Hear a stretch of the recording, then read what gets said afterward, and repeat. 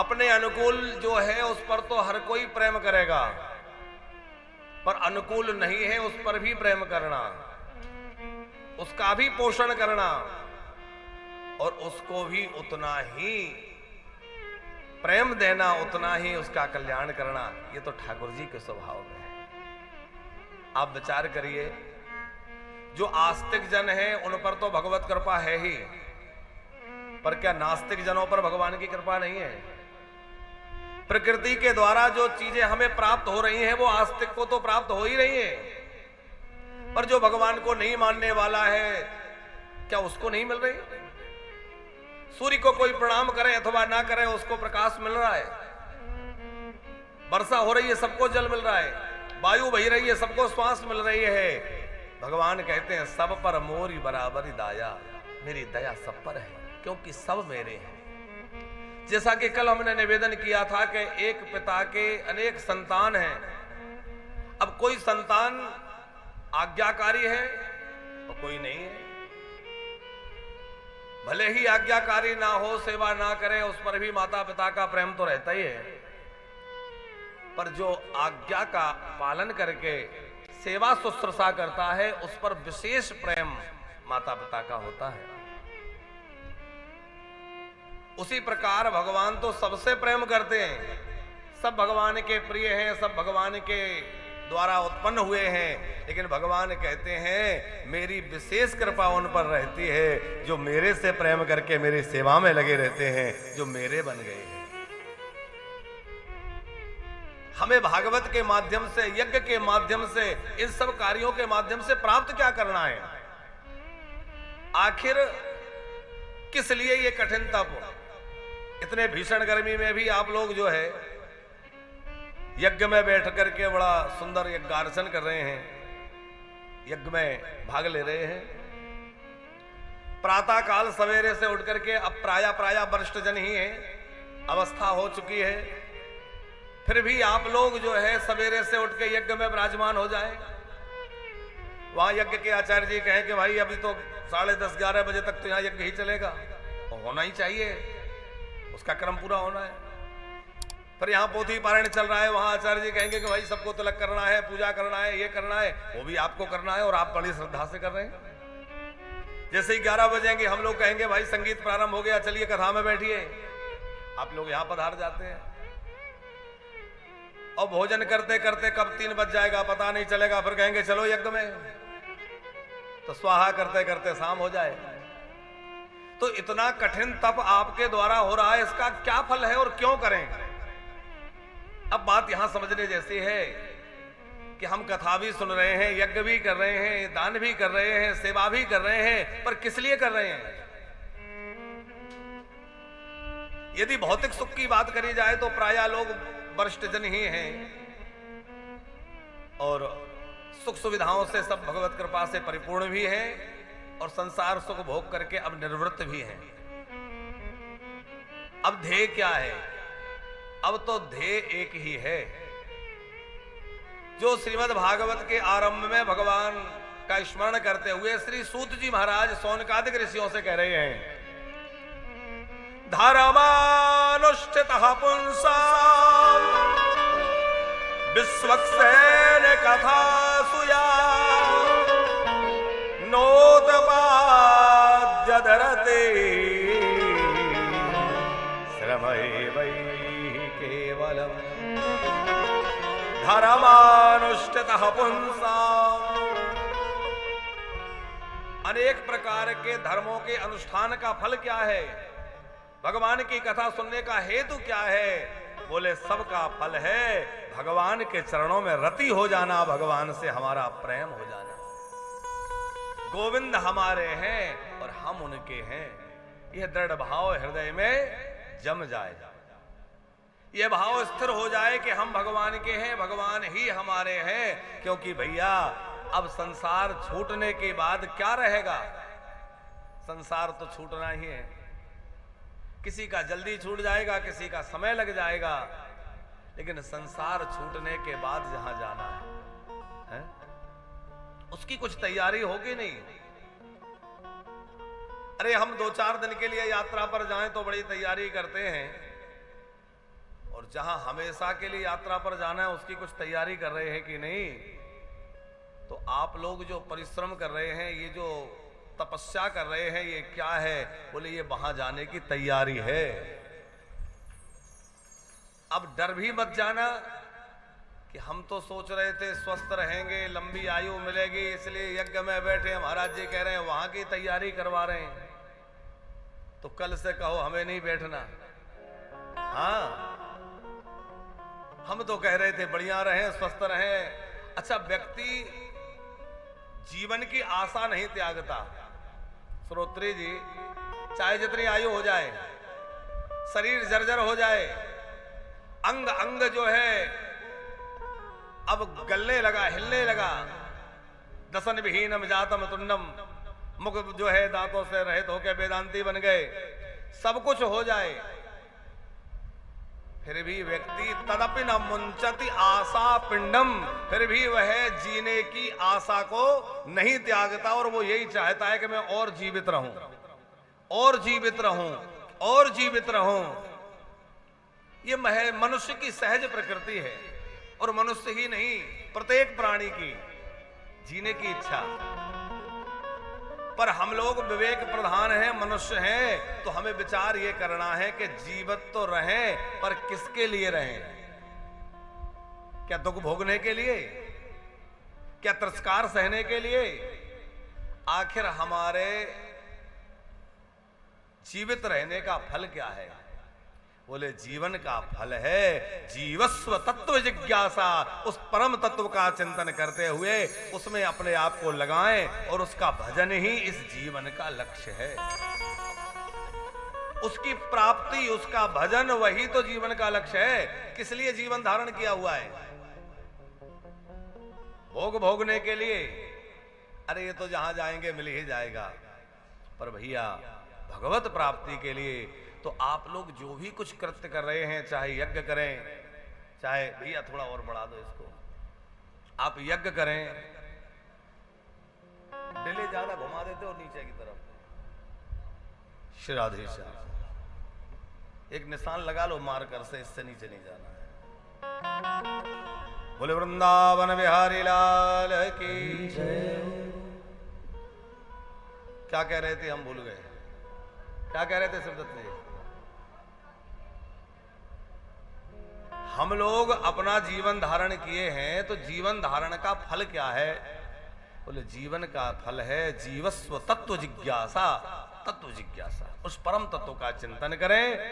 आप लोग इतना कठिन श्रम कर रहे हैं, तो इसका क्या फल होना चाहिए?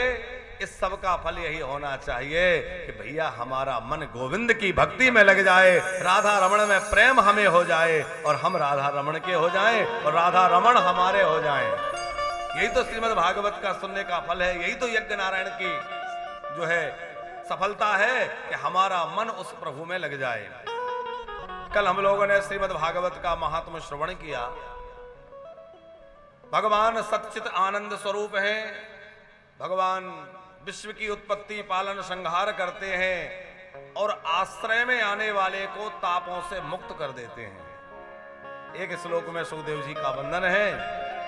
और अब हम लोग कथा क्रम में चलें, नहीं तो आप लोग कहेंगे महाराज जी कथा तो सुनाते ही नहीं है, क्योंकि अवकाश भी कम है, समय थोड़ा है।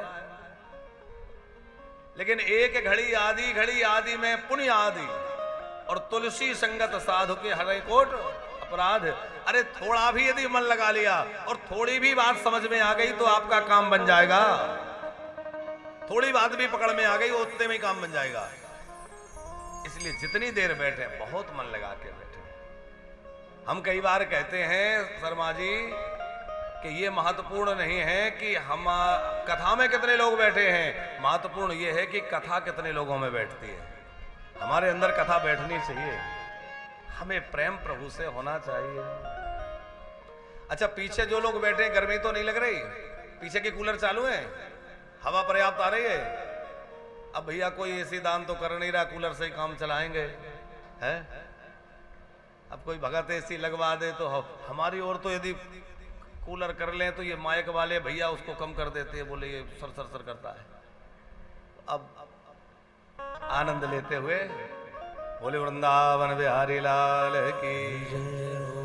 अज्ञान ध्वांत विध्वंस कोटि सूर्य समप्रभा श्रोताख्या हि कथा सारम मम कर्ण रसायनम। श्री शौनक जी महाराज सूत जी से प्रश्न कर रहे हैं कि ऐसा कौन सा साधन है जिससे भक्ति ज्ञान वैराग्य के सहित व्यक्ति में विवेक उत्पन्न हो जाए। हम लोग विवेक होना चाहिए। मनुष्य विवेक प्रधान प्राणी है, विवेक समझते हैं। हंस को विवेकी कहा जाता है। हंस का काम क्या है आप सब जानते हैं। 3 लीटर दूध में 2 लीटर पानी मिला के रख दो, हंस क्या करेगा? दूध पी जाएगा, पानी छोड़ देगा। मिला के रख दिया और कोई अलग नहीं कर सकता। लेकिन हंस जो है उसमें इतना विवेक है कि वो दूध पी लेगा और पानी छोड़ देगा। उसी प्रकार मनुष्य को विवेक प्रधान कहा है। और हमारा काम है कि भैया संसार में अच्छाइयां भी बहुत हैं और बुराइयां भी बहुत हैं। ये संसार ब्रह्मा जी ने बनाया तो थोड़ा मिला के बनाया, इसमें माया का मिश्रण है। जैसे शुद्ध सोने के आभूषण नहीं बन सकते दंडोतिया जी, थोड़ा ना थोड़ा कुछ मिलाएंगे तभी बनेंगे। तो जैसे शुद्ध स्वर्ण के आभूषण नहीं बनते, उसमें कुछ मिलाना पड़ता है। ऐसे ही उस ब्रह्म को इस सृष्टि के सृजन में माया का मिश्रण करना पड़ा। जब तक माया का मिश्रण नहीं हो तो कैसे बने? तो गुण और दोष इसमें भरे हुए हैं। जड़ चेतन गुण दोषमय विश्व कीन करतार। करतार ने उस कर्ता ने इस सृष्टि को गुण और दोष में ही बनाया। अब गुण और दोष इसमें दोनों हैं, पर हंस की तरह हम विवेक प्रधान हो जाएं तो गुणों को ग्रहण कर लें और दोषों को छोड़ दें। अच्छा, कुछ लोग होते हैं दोषों को ही ग्रहण करते हैं, जहां जाएंगे बुराई ही ढूंढेंगे। ये कमी रह गई, ये थोड़ी गड़बड़ी है, ये और ठीक हो जाता। अरे भैया, बुराई ढूंढोगे तो बुराई मिलेगी और अच्छाई ढूंढोगे तो अच्छाई मिलेगी। ये तो हमारा नजरिया है कि संसार में हम क्या देखते हैं। कोई व्यक्ति जिसको एक भी व्यक्ति अच्छा नहीं लगता, वो एक व्यक्ति है जिसको कोई बुरा नहीं दिखता, तो क्या बुरे की कमी है कि अच्छे की? हम आपसे पूछ रहे हैं, किसी की कमी नहीं है। गुरु द्रोणाचार्य ने अपने शिष्यों की परीक्षा लेने के लिए युधिष्ठिर महाराज से कहा। युधिष्ठिर उस समय बालक ही थे। जाओ कोई ऐसा व्यक्ति ढूंढ के लाओ जो पूरी तरह बुरा हो। दुर्योधन से कहा कोई एक अच्छा व्यक्ति ढूंढ के लाओ। सवेरे के निकले, शाम को लौटे, आप आश्चर्य करेंगे दोनों खाली हाथ थे। दुर्योधन से पूछा क्या हुआ? दुर्योधन बोला, गुरुजी क्या बताऊं, मुझे एक भी अच्छा आदमी नहीं मिला, हर व्यक्ति में कुछ ना कुछ बुराई है। और युधिष्ठिर से बोला तुम्हें क्या हुआ? बोले एक भी बुरा आदमी नहीं मिला, सब में कुछ ना कुछ अच्छाई है, पूरी तरह बुरा कोई नहीं है। अब आप बताइए, एक को अच्छा नहीं मिला, एक को बुरा नहीं मिला, कमी किसकी है? ना अच्छे की कमी है ना बुरे की कमी है। ये तो हमारी दृष्टि का बात है साहब, हमारा नजरिया क्या है, हम क्या ढूंढते हैं। हमें अच्छा दिखता है कि बुरा दिखता है? कहते हैं नजरिए बदलिए नजारे बदलेंगे। है? अच्छा, कभी कभी कोई हमें अच्छा लगता है तो इतना अच्छा लगता है कि जितना वो होता नहीं है बहुत अच्छा लगने लगता है। और जब कभी हमें कोई बुरा लगता है तो वो इतना बुरा लगता है जितना वो बुरा होता नहीं है। बस ये हमारी दृष्टि बदल गई। जब हम उसको अच्छा मान रहे थे तो हमें लग रहा था ये व्यक्ति बहुत ही अच्छा है, इससे अच्छा कोई होता ही नहीं, हो ही नहीं सकता। कदाचित झगड़ा हो गया, किसी प्रकार भाव बदल गया तो वही बुरा लगने लगा। बोले अरे ये तो बहुत बुरा है, इतना बुरा तो कोई हो ही नहीं सकता। तो हमारी दृष्टि ही तो बदली। तो वह विवेक जीवन में कैसे आए जिससे सत्य को ग्रहण किया जाए, असत का त्याग हो जाए। आप ऐसी कथा सुनाइए जिससे जीवन में विवेक की उत्पत्ति हो जाए, हमें वह दृष्टि मिल जाए। श्रेयसाम यद भवेत् श्रेया पावनानाम च पावनम कृष्ण प्राप्तिकरम शश्वत साधनम तदवधाधुना। कल्याणकारी को भी जो कल्याण कर दे, पावन को भी पावन कर दे, माने पवित्र को भी जो और पवित्र बना दे, और श्री कृष्ण की प्राप्ति कराने वाला जो शाश्वत साधन है वह कृपा करके बतलाइए। सूत जी इन प्रश्नों से बड़े प्रसन्न हुए और सूत जी ने समाधान देना प्रारंभ किया। ऋषियों, आप लोगों का अंदर कितना भगवत प्रेम है। मैंने तुम्हें इतनी कथाएं सुनाई पर कभी भी तुम्हारा मन नहीं भरता, और यही भगवान की कथा के श्रोता का पहला लक्षण है। क्या? कि वो कथा सुन करके कभी ये ना कहे कि बहुत सुन लिया। कथा सुनते सुनते कभी मन भरे ही ना, क्योंकि भगवान की कथा ऐसी है कि जितना सुनेंगे उतनी ज्यादा प्यास बढ़ेगी। संसार की चीजें कैसी हैं? शर्मा जी, किसी को रसगुल्ला बहुत प्रिय है, और आपके घर आए, आपको पता है कि अरे गुरुजी को रसगुल्ला बहुत पसंद है। आपने बड़े प्रेम से देसी गैया की मावा बना के और उसके रसगुल्ला बनाए। अब रसगुल्ला पाने बैठ गए तो कितना पाएंगे? 4 पा लिए, 6 पा लिए, बहुत अच्छा कैपेसिटी होगी खाने की तो 7-8 पालेंगे। फिर क्या कहेंगे? बस। अरे नहीं, आपके लिए ही बनाए, बड़ी मेहनत से दूध उठाया है, बड़ी मेहनत से सब किया है, आपको तो और लेना पड़ेगा। और कदाचित आप जबरदस्ती करके 1-2 और रख दें तो वो शायद आपके आग्रह से पाले, लेकिन फिर भी आप माने ना और भी देते जाएं तो क्या होगा?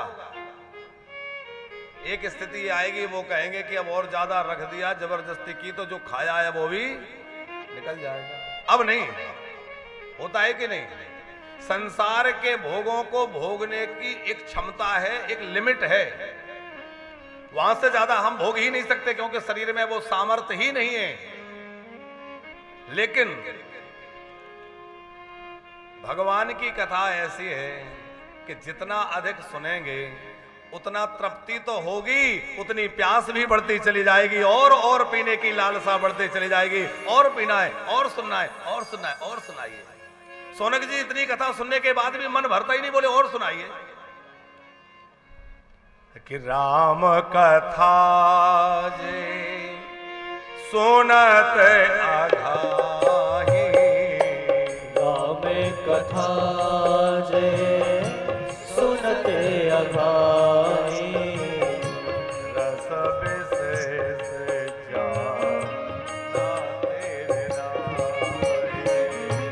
रस विशेष जाते राय। राम कथा जे सुनत अघाही, राम कथा सुनत अघाही।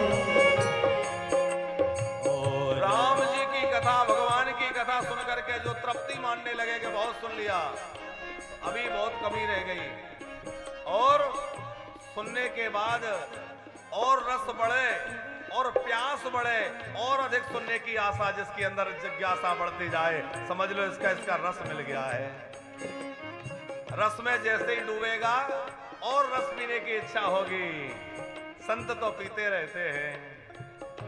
हो कोई पियो रे प्याला राम रस का, हो कोई पियो रे प्याला राम रस का। हो राम रस का सीता राम रस का, राम रस का सीता राम रस का। राम रस का सीता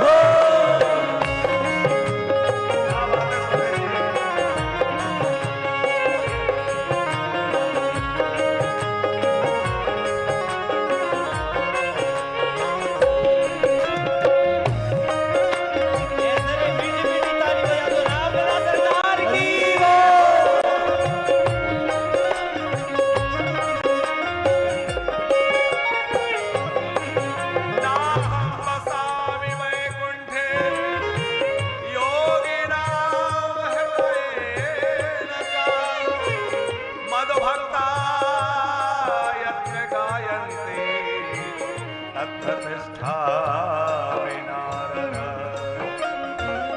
पिया रे प्यारा राम रस का हो कोई पिया रे प्यारा राम रस का ओ राम रस का राधे श्याम रस का राम रस का राधे श्याम रस का राम रस का राधे श्याम रस का राम रस का राधे श्याम रस का कोई पिया रे प्यारा राम रस का हो कोई पिया रे प्यार राम रस का मेरे राम रस का मेरे राम रस का ओ मेरे श्याम रस का ओ मेरे श्याम रस का ओ सीता राम रस का ओ राधे श्याम रस बोलिए भक्त वत्सल भगवान की जय हो कोई पियो रे प्याला राम रस यह अद्भुत रस का प्याला है। इस रस प्याले को श्री सूत जी कह रहे हैं, ऋषियों आपका मन कभी पीते पीते भरता नहीं है। आपने इतनी कथाएं सुनी, आपका मन आज भी कथा से भरा नहीं। प्रीति सौनक चित्ते ते यतो वक्मि विचार्य च सर्व सिद्धांत सुनिष्पन्नम संसार भयनाशनम। मैं तुम्हें संसार भय का नाश करने वाली भगवान की परम पावन भागवत की कथा सुनाता हूं, जो श्री सुखदेव जी महाराज ने राजा परीक्षित को सुनाई। सूत जी कह रहे हैं, जिस समय महाराज परीक्षित के सामने मृत्यु का भय आया कि तक्षक नाग आज से 7 दिन बाद डसले का मृत्यु हो जाएगी, तो उस समय महाराज परीक्षित के लिए कौन सी औषधि दी गई? परीक्षित महाराज के लिए कोई और दवाई नहीं दी, ये भागवत रूपी औषधि ही पिलाई गई, और कोई दवाई नहीं पिलाई गई। इसी भागवत को सुनकर के महाराज परीक्षित जो है, उनका मन पूरी तरह श्री कृष्ण में लग गया। उनका मन संसार से, शरीर से हट गया, और वह श्री सुखदेव जी से भागवत के विश्राम में कहते हैं कि मैं नहीं मरूंगा। सुखदेव जी ने समझाया, राजन तुम्हें ये जो लगता है कि मैं मरूंगा, ये पशु बुद्धि है।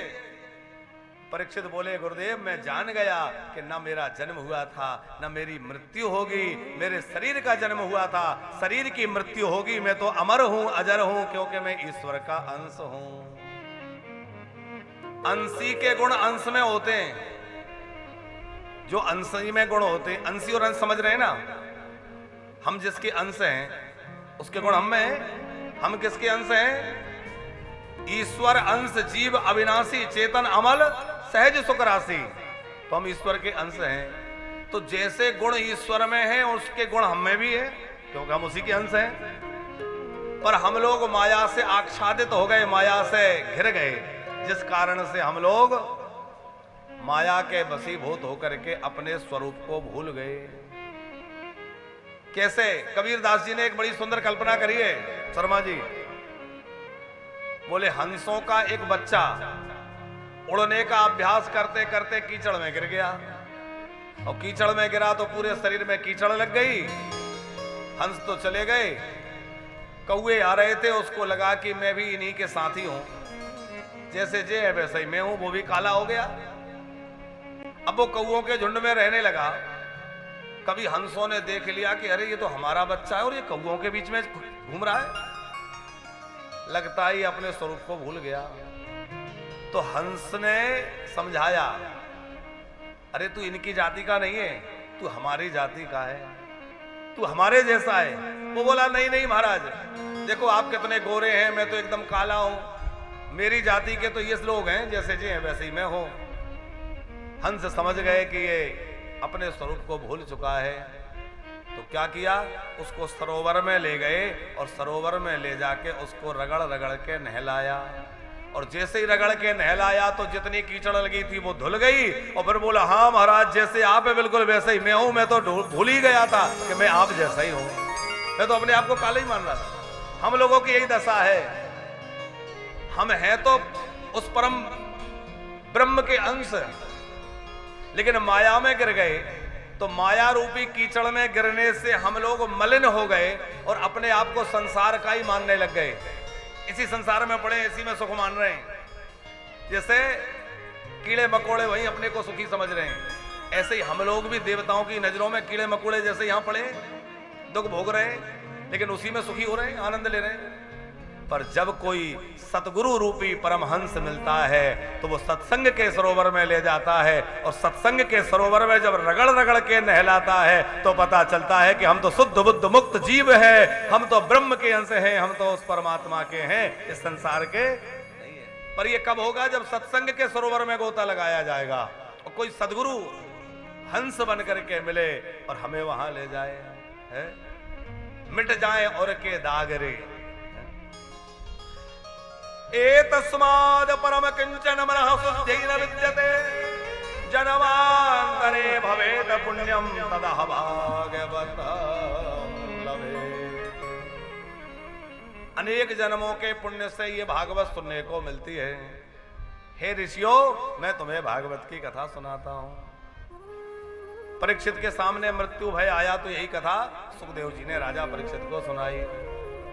इसको सप्ताह क्रम से सुनने से निश्चित ही व्यक्ति के अंदर ज्ञान वैराग्य भक्ति प्रकट हो जाती है और वह मोह आदि से छूट जाता है। सोनक जी ने कहा, इसका सप्ताह श्रवण कब से प्रारंभ हुआ? सबसे पहला भागवत सप्ताह कहां हुआ, किसने सुनाई, कहां सुनी गई, आप कृपा करके सुनाइए। तो बतलाया कि सबसे पहला भागवत सप्ताह जो हुआ कलिकाल में, कलयुग के आरंभ में श्री सनकादि ने सुनाई और नारद जी ने वो कथा सुनी। नारद जी श्रोता थे, सनकादिक वक्ता थे। ये बात सुनकर के बड़ा आश्चर्य हुआ ऋषियों को कि ना तो नारद जी एक जगह ठहरते और ना सनकादिक एक जगह ठहरते। नारद जी का कोई कुटिया घर स्थान एक जगह नहीं है कि यहां रहते हो। नारद जी हर समय घूमते रहते हैं। और सनकादिक वो भी एक जगह नहीं रहते, वो भी सदा सर्वदा घूमते रहते हैं। तो ना तो नारद जी एक जगह रुकते, ना सनकादिक एक जगह रुकते, पर उनका मिलन कैसे हुआ और वो 7 दिनों तक कैसे एक जगह बैठे रहे, ये प्रसंग हमें सुनाइए। तब श्री सूत जी महाराज कहते हैं, एकदा ही विशालायाम चत्वार ऋषयो मलाः सत्संगार्थम समायाता तद्रसस्तत्र नारदम। एक समय की बात है, विशालपुरी बद्री नारायण में 4 ऋषि सनक सनंदन सनातन सनत कुमार जा रहे थे। उन्होंने नारद जी को आते देखा। नारद जी चिंतित थे, उद्विग्न थे, परेशान थे। कथा आप लोग हर बार सुनते ही हैं। तो नारद जी को चिंतित देख करके सनकादिक ने कहा कि क्या बात है, आप इतने परेशान क्यों हैं? नारद जी ने अपनी पूरी बात बतलाई कि बात यह है कि मैं भक्ति मैया के दुख से दुखी हूं। भक्ति महारानी वृंदावन में है, उनके पुत्र ज्ञान वैराग्य बुढ़े होके मूर्छित होके पड़े हैं और उन्हीं की चिंता से मैं चिंतित हूं कि वो कैसे जागृत हों, वो कैसे स्वस्थ हों। सनकादिक बोले, आप चिंता मत करिए, श्रीमद् भागवत के श्रवण से भक्ति मैया अपने दोनों पुत्र ज्ञान वैराग्य के साथ एकदम स्वस्थ हो जाएंगी, एकदम प्रसन्न हो जाएंगी। बोले वो तो ठीक है, पर आपको वृंदावन चलना पड़ेगा, आप उपाय करिए। बोले ऐसा नहीं है कि जहां भक्ति हो वहां भागवत को जाना पड़े, बल्कि जहां भागवत होती है वहां भक्ति महारानी पहुंच जाती हैं, वहां ज्ञान वैराग्य पहुंच जाते हैं। कथा कहीं भी हो वहीं भक्ति मैया आ जाएगी। अब तो नारद जी बड़े प्रसन्न हो गए। गंगा जी के तट पर हरिद्वार में कथा का आयोजन हुआ और कथा आरंभ में ही अनेक संत वृंद वहां पधारे। अब इतना दिव्य सत्संग सत्र हो रहा है, सनकादि कथा कह रहे हैं, नारद जी कथा सुन रहे हैं, तो इतने अद्भुत समारोह में अवश्य जाना चाहिए। लेकिन कुछ लोग उसमें भी बहाना करते हैं, है? अब यहाँ लक्ष्मी नारायण यज्ञ हो रहा है, इतना बढ़िया दुर्लभ संयोग है कि इतने संतों के दर्शन होंगे। अभी तो आप लोग वेदज्ञ ब्राह्मणों का दर्शन कर रहे हैं और हम आरंभ में जो वेद पाठ करवा रहे हैं ये हमारी भारतीय प्राचीन परंपरा है, कोई नई बात तो नहीं करा रहे हैं, पर इसलिए ताकि टेलीविजन के माध्यम से, सोशल मीडिया के माध्यम से जहां तहां जाए बात कि भैया वेद ऋचाओं का क्या महत्व है, वेद ऋचाओं का गायन कितना सुंदर है।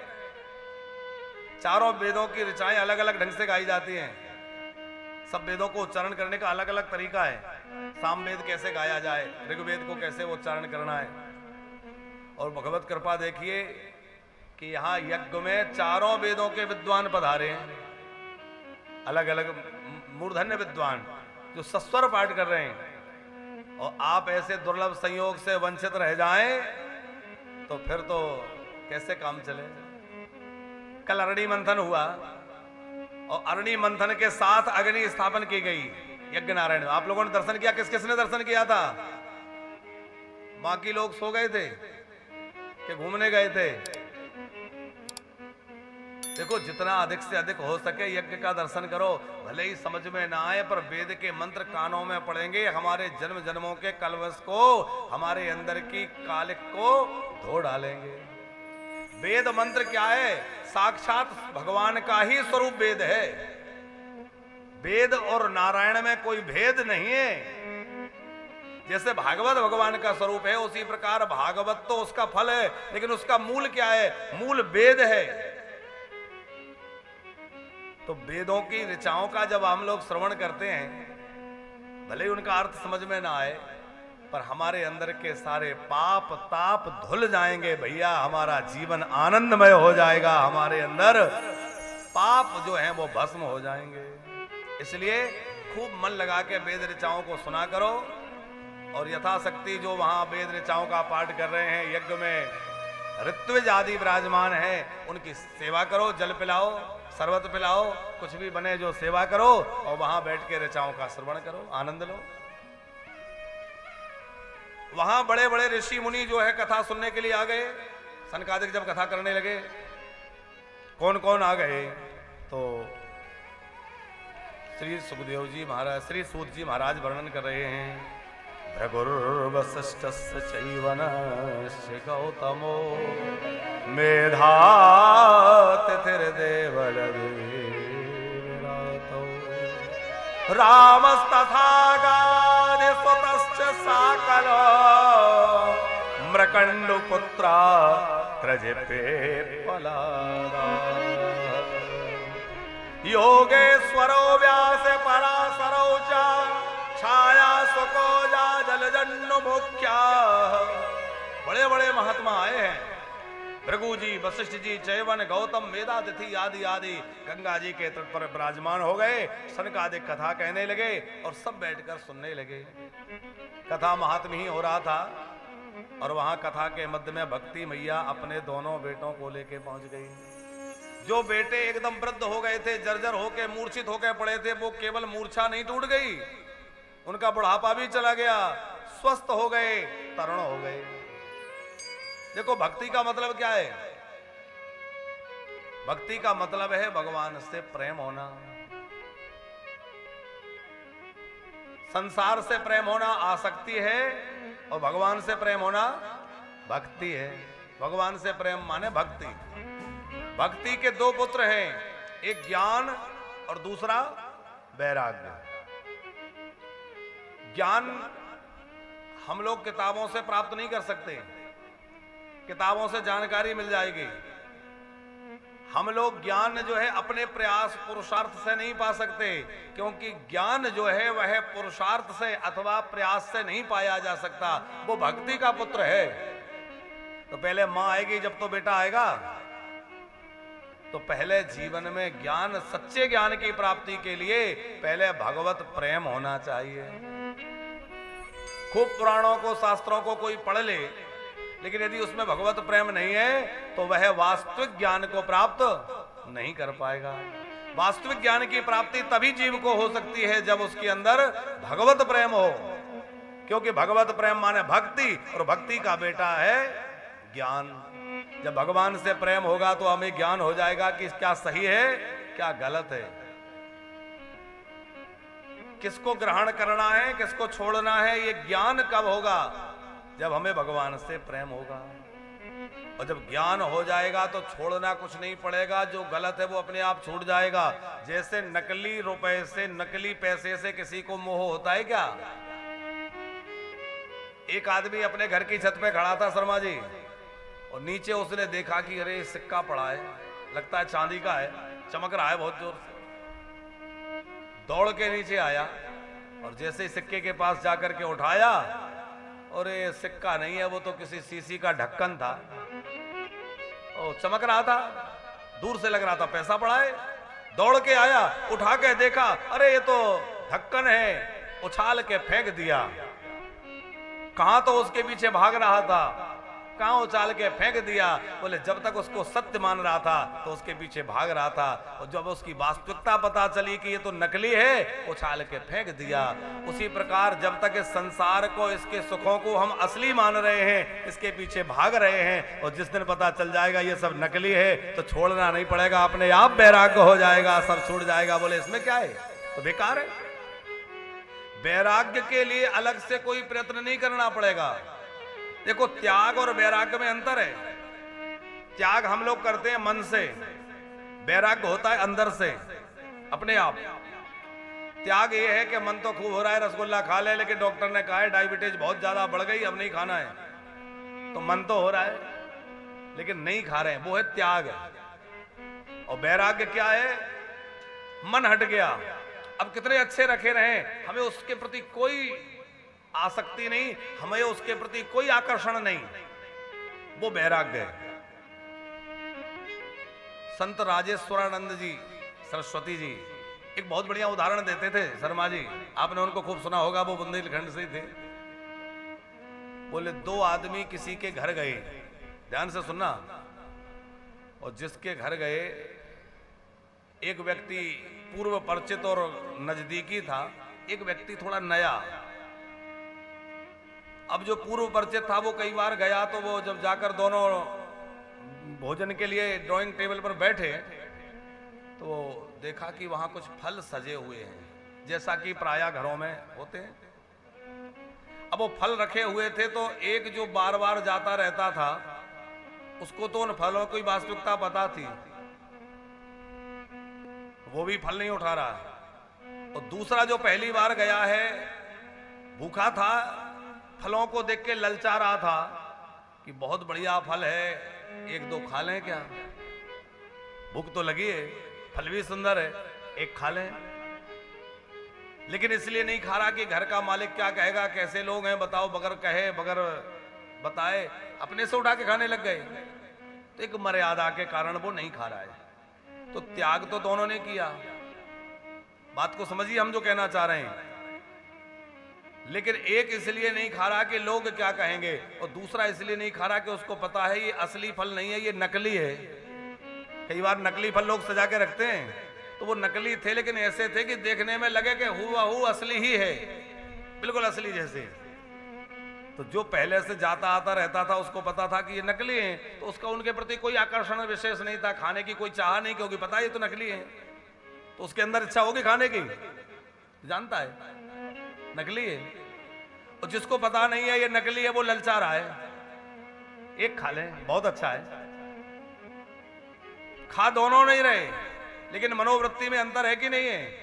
उसी प्रकार संसार में त्याग हम लोग भी करते हैं, वैराग्यवान महापुरुष भी करते हैं, लेकिन हम लोग संसार के प्रति ललचाते रहते हैं, ये बहुत अच्छा है, बहुत अच्छा है। और वैराग्यवान व्यक्ति वो है जिसका पूरी तरह मन हट जाता है, हमें इससे कोई प्रयोजन नहीं, क्योंकि इसमें कुछ है ही नहीं, ये तो सब बेकार है, बमन की तरह। अब बात कहने में थोड़ी अटपटी सी है, आप लोग लेकिन समझ सकें, ये महापुरुष लोगों की बातें हैं, जो परमहंस स्थिति के लोग इस प्रकार से चिंतन करते हैं, और वो बातें हम आपको बड़ी सहजता से समझ में आ जाए इस ढंग से कह रहे हैं। तो बोले एक जो है घृणा होती है, मल के प्रति, गंदगी के प्रति कितनी घृणा होती है, व्यक्ति वहां देखना भी नहीं चाहेगा। तो बोले कुछ त्यागी ऐसे हैं कि संसार के विषयों से मलवत घृणा उनको हो जाए, लेकिन उससे भी ज्यादा बड़ी घृणा बोले वमन हो जाए, वोमिटिंग किसी को हो जाए, तो उससे और ज्यादा व्यक्ति को उधर दिख भी नहीं सकता। तो बोले संसार के जो भोग हैं वो वमन की तरह हैं कि जिन भोगों को हमने हजार हजार बार भोग लिया, उन्हीं भोगों को बारंबार भोगने में लगे हैं और फिर भी हमारा मन उनसे नहीं हट रहा है। वो कब हटेगा? जब हम भगवान से प्रेम करेंगे तो पता चलेगा भैया वो रस रूप है और हम कहां संसार में फंसे। रस रूप परमात्मा को छोड़कर और विषय जो विस्तुल्य हैं उनमें हम फंसे हुए हैं। और बार बार कथा सुनने का प्रयोजन यही है कि उस रस रूप परमात्मा का हमें थोड़ा सा स्वाद मिल जाए। एक बार उसका स्वाद मिल जाएगा तो फिर संसार हमें फीका लगने लग जाएगा, पता चल जाएगा कि इसमें कुछ नहीं है। रस तो वहां है, उसी का नाम भक्ति है। उस रस का आस्वादन होते ही फिर संसार का रस फीका पड़ जाएगा। जैसे कोई व्यक्ति अमृत की एक बूंद पी ले तो उसको छाछ अच्छा लगेगा? अच्छा नहीं लग सकता। जैसे रसगुल्ला खाने वाला व्यक्ति बेर खाए तो बेर उसको मीठे नहीं लगेंगे। श्रोत्री जी, एक आदमी बेर खा रहा था, दूसरे से बोला बहुत मीठे बेर हैं, खा के देखो। अब वो उसको मीठे लग रहे थे, चूंकि अच्छे थे। दूसरे ने खाए, उसने अरे क्या खिला दिया, ये तो सब मुंह खराब कर दिया, क्योंकि वो पहले से रसगुल्ला खाए बैठा था। तो जिसने रसगुल्ला खा रखा है उसको बेर मीठा लगेगा? बेर कितना भी मीठा हो पर रसगुल्ला जितना तो नहीं हो सकता। लेकिन आज एक बड़ा संयोग की कथा में रसगुल्ला की बात बार बार आ रही है। लगता है भंडारे में बनवाने ही पड़ेंगे, है?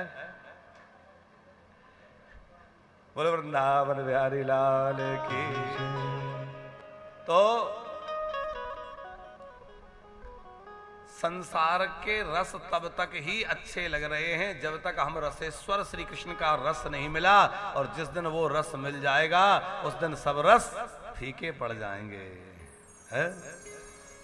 सब दौड़ दौड़ के आने लगे, सबने कथा सुनी, भक्ति मैया आ गई, वह स्वस्थ हो गई, ज्ञान वैराग्य स्वस्थ हो गए, उनका बुढ़ापा चला गया, उनकी मूर्छा चली गई, ज्ञान वैराग्य स्वस्थ हो गए और भक्ति मैया वैष्णवों के हृदय में विराजमान हो गई। फिर श्री शनकादिक ने नारद जी को धुंधकारी वाला प्रसंग सुनाया। धुंधकारी का प्रसंग आप सब जानते हैं। आत्मदेव पंडित जी के जब कोई संतान नहीं थी, अनेक धर्मानुष्ठान के बाद भी संतान नहीं हुई, तो बड़े दुखी हो गए। देखो, संतान पाना, धन पाना, इसके लिए प्रयास करना बुरा नहीं है। संसार में आए हैं तो ये सब मिले, कोई बुराई थोड़ी है।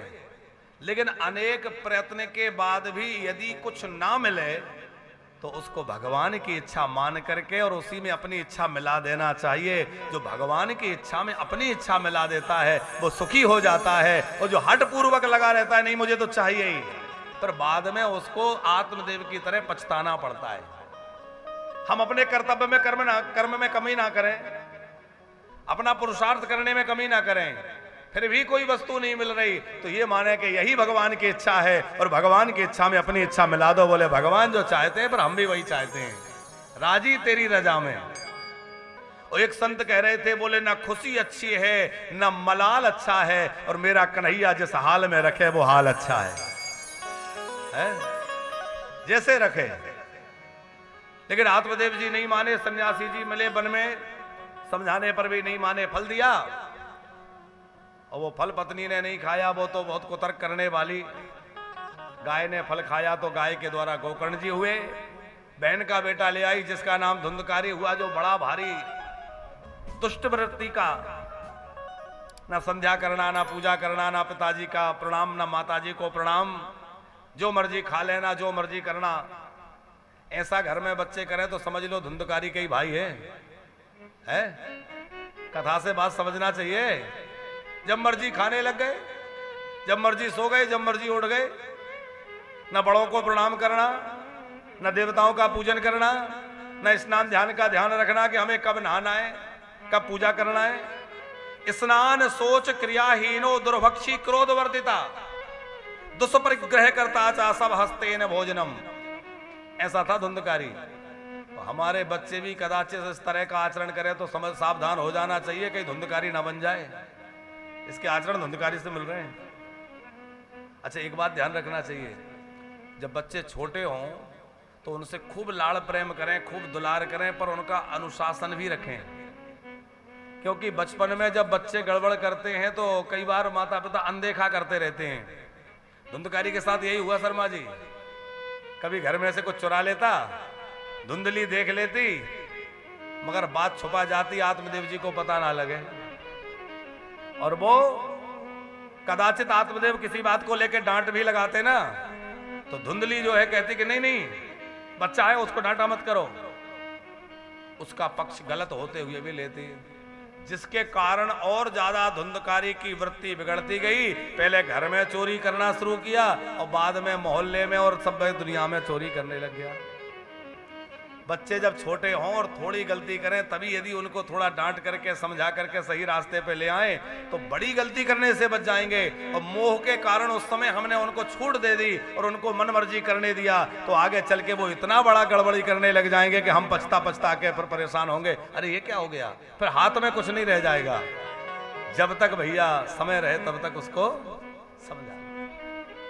धुंधकारी के उपद्रवों से आत्मदेव दुखी हो गए तो गोकर्ण जी ने उनको बहुत सुंदर शिक्षा दी।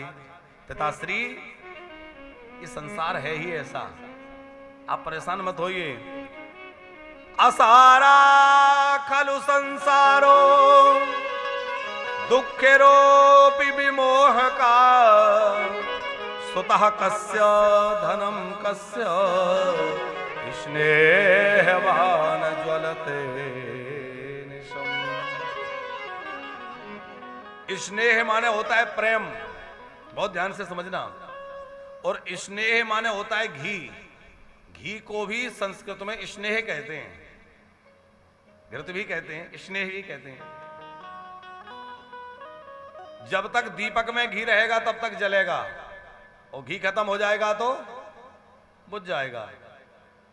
दीपक कब तक जलता है? जब तक उसमें घी रहता है। और इंसान कब तक जलता है? जब तक उसके अंदर संसार के प्रति प्रेम रहता है, आसक्ति रहती है, स्नेह रहता है। संसार का स्नेह मिट जाएगा तो जलन मिट जाएगी साहब, जलन समाप्त हो जाएगी। और आप चाहते हो कि जलना मिट जाए अथवा जलना बंद हो जाए, तो उस स्नेह को मिटाना होगा और उस स्नेह को प्रभु से जोड़ना होगा। क्योंकि ठाकुर जी ने बड़ी दया करके हमें अपना बना रखा है, हैं? उसकी मेहरबानी है जो उसने हमें अपना बना लिया, और हम फिर भी संसार में पड़े, संसार में मोह ममता में प्रेम स्नेह में जुड़े। नहीं, ठाकुर जी से क्या कहें? आपने अपना बनाया, मेहरबानी आपकी। आपने अपना बनाया, मेहरबानी आपकी। आपने अपना बनाया, मेहरबानी आपकी। आपने